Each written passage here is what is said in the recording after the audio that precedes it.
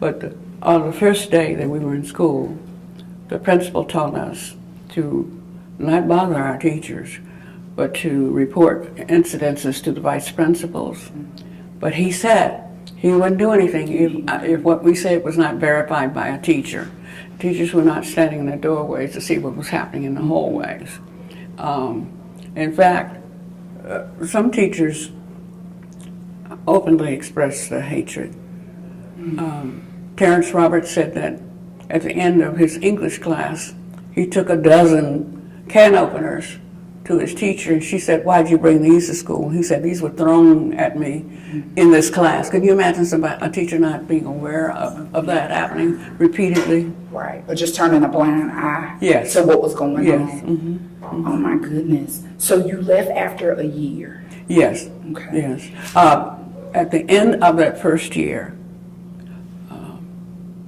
the people in Little Rock were given a choice to vote to desegregate all their schools at one time or to close some schools. They voted to close some schools, so the governor closed 5 high schools in Little Rock, which affected 3,666 students, black and white.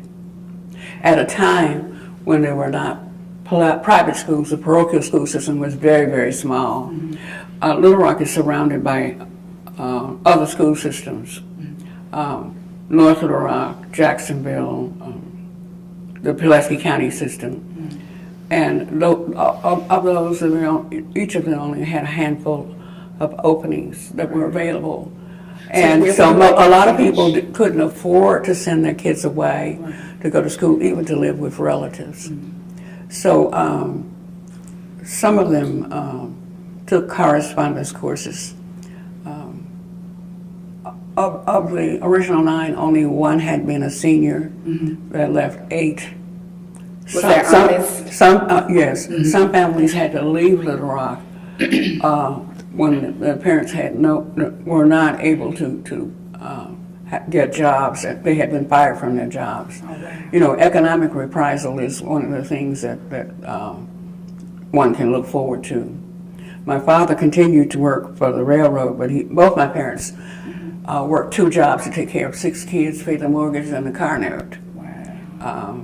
Now, how did you finish, or were you able to graduate? No. Okay. We were I was given an honorary diploma. I think during the 50th anniversary. I took some high school correspondence courses, but I didn't get enough credits to graduate during the following summer. Those of us who were still in Little Rock were sent across the country to live with other families who took us in so that we could go to summer school in their towns. Okay. So, but when schools reopened, after having been closed for a year, I went on to college rather than going back to Central, because I could not bear to get anymore. Right. That's completely understandable. Yeah, it's not a story of courage, it's a story of endurance. There were lots of days that all I could do was force myself to put on my school clothes and go back into that hellhole one more day. I knew that in attacking us, they were trying to drive us away. Right. So one thing that a lot of people don't realize, even though I was a really shy person and a most submissive child, I had a strong streak of stubbornness. Absolutely, you had to. I have a strong streak of stubbornness, and I was determined not to be driven away. Right. That's amazing. That's amazing. Do you get called a hero much? Because you should. But I try to dissuade people from that, because sometimes kids will say that they couldn't do that. You don't know what you can do until you're in that situation. You don't always feel strong. Sometimes you do, and sometimes you don't. If you feel like you cannot endure any longer, you will be blessed with opportunities to test yourself in the future. Absolutely. I completely agree. Yeah. So please tell us a little bit about your book, your autobiography. Okay. The Worst First Day. The Worst First Day is my attempt to tell the story of something about what happened in Little Rock. Because a lot of people think that the worst thing that happened was that mob scene on the first day. Right. But we were battered repeatedly. Right. And we didn't know how to protect ourselves. Because my sister and I had sewn since making doll clothes all the way up to the time we were sewing our own clothes, we had a lot of straight pins at home. My binder was vinyl, and I stuck straight pins all along the edge, Oh, wow. bent them so that they were not obvious. Uh-huh. And it only took one day for somebody to slam into me in the front, for them to stop hitting me from the front and 'Cause they got and hit. attack me only from behind. Right. Wow. What? But other people, individually, Carlotta Wall said that she learned to read body language so she could anticipate who her enemies were, even those that were smiling at her. Right. And Carlotta had an advantage that I didn't have. Carlotta was very athletic. She walked very, very fast. She didn't learn until decades later that her guard had to be changed every week.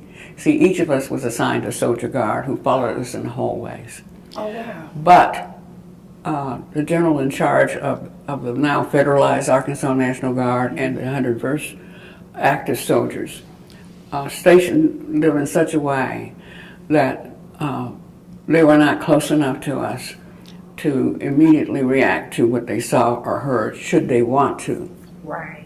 Right. What do you think prompted you to write the book in the first place? Because I understood that people had a lot of misconceptions about what change is like, and a lot of people didn't understand that it took a long time, and that it was difficult. But mostly I want young people to realize that they can do something when they see somebody being harassed. There's a lot of harassment in schools, no matter what kind of school it is. Two of my classmates engaged me and talked to me as a normal person every day in my speech class. So this shy person looked forward to going to the last class of the day, the speech class, because in that class nobody said anything hateful to me. Ooh. And there were two people who talked to me. When you reach out to support someone who's being harassed, it actually helps them live another day. It's that important. Just to support them, just to treat them as another normal human being. Well, let me ask you, what response do you usually get from kids when you go speak to children? Well, I get a lot of phone calls when a group that I've worked for 21 years called Sojourn to the Past, and it was the group that led me to try to talk to students, because their leader is very persistent. He asked me repeatedly to speak to the students. I was not accustomed to doing that, and I kept refusing. So he had 100 of his students write me letters. That was irresistible. Right. That touched your heart. Yes. Because it had been a long time since I had taught kids, but I remember that with fondness. And I thought if I could show the impact of what their reach out to me had done, that some of them could change their behavior and not just walk on by. Right. Some of them could be the change for someone who's being hurt. Absolutely. Just to wrap up, you have such an amazing story, and I'm like I said earlier, I'm honored to even just to get to meet you and talk to you, because you are Black history. I think as a nation, we still have a lot of struggles. We have a long way to go. There would be a greater appreciation of those struggles if young people would do what we were accustomed to doing growing up. We listened to the stories of our elders. It doesn't mean that you have to just listen to the stories of people who have been successful.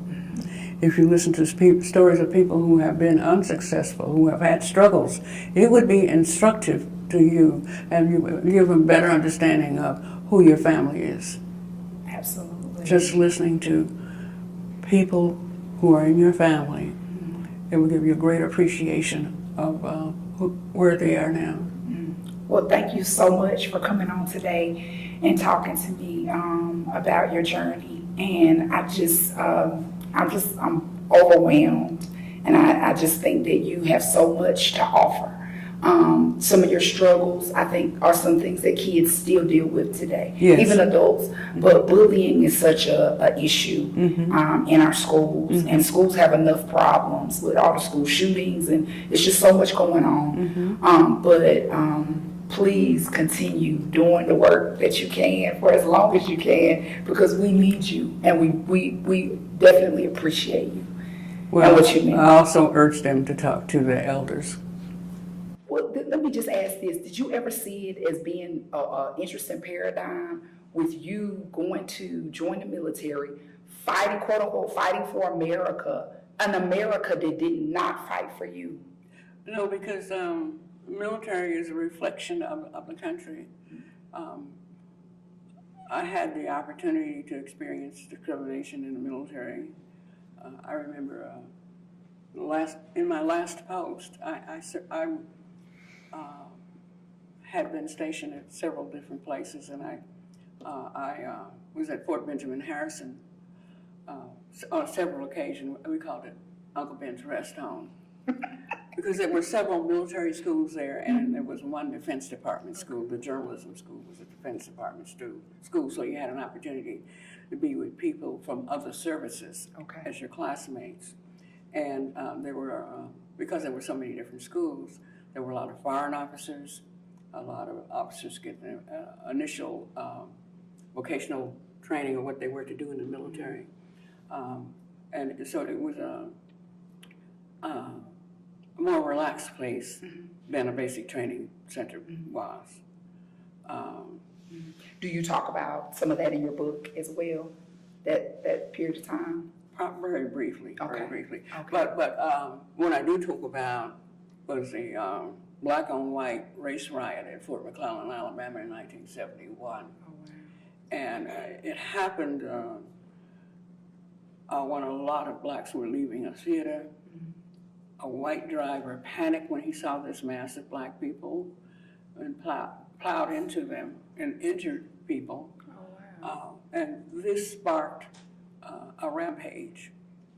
And people were stirred up because they had this daily battle with some of their leaders who didn't like them expressing themselves where they were proud of their blackness, were wearing natural hairstyles, afro, were wearing dashikis in their off-duty time. One of the leaders of that group said that he was angry because he had been a pimp, and he joined the military hoping to change his life. I know somebody like that.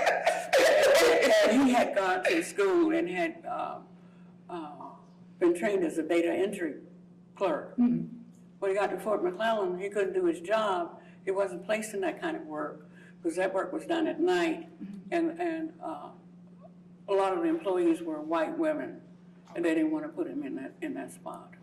Right. One of the people I encountered who was angry was that she was a cook, and she was in a position where she could not be promoted. So she had been stagnant for a long time. So there were various grievances that were aired. And they were assigned what was called, at that time, something like a civil rights officer who was to hear their grievances. But in a meeting where he was supposed to show up, he didn't show up.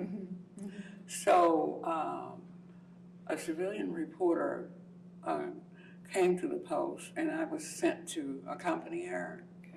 When the protesters saw her taking notes They thought she was maybe an intelligence spy and they attacked her. The officer who was supposed to be mediated with them, he approached them and they scratched him. Oh, wow. So a lot of these people were locked up and punished. Some of them, not everybody was dismissed from the military. A lot of them, the military handled it by dispersal and fragmentation. Okay. A lot of them were reassigned to different places. Other places. Yes. Well, let me ask you now. I know you received your honorary doctorate from Knox University. Knox College. Knox College. In Galesburg, Illinois. I had gone there to school for 1 year, my first college. What did you get what did they give you your doctorate in? Humanities. Humanities. Okay. But you do not like the title doctor. I'm very, very appreciative of this honor. I understand that it is an honor. But I like to acknowledge people who have earned their doctorates. And I know this is like an award. This is not something I earned. Right. So I don't call myself doctor. Well, you know, some may disagree. I think you've earned. Well, I'm very appreciative A lot. of it. I'm very appreciative. Right. Now, how can we get your book? Okay. The worst first day while desegregating Central High School is available on Amazon. Okay. Well, I definitely have to get that and learn even more because you have a fascinating life. Your book that you wrote that depicts your story and a lot of your other life events and things that deal with bullying and children that, you know, are going through different things in school. This book that you wrote, The Worst First Day, I know that we can also get that book on Amazon. Yes. I hope that it will allow us to speak to a larger group of people. Absolutely. I think it's something that can start a bigger conversation that absolutely needs to happen at this time. I mean, seems like we've been talking about the same issues for so long, but it's, you know, if it's needed, it's needed. Well, thank you so much for coming on today. Thank you for speaking with me and giving me an opportunity to speak to others. Yes, ma'am. Well, you know, I wish you nothing but success in all of your future endeavors, and we really appreciate you coming on.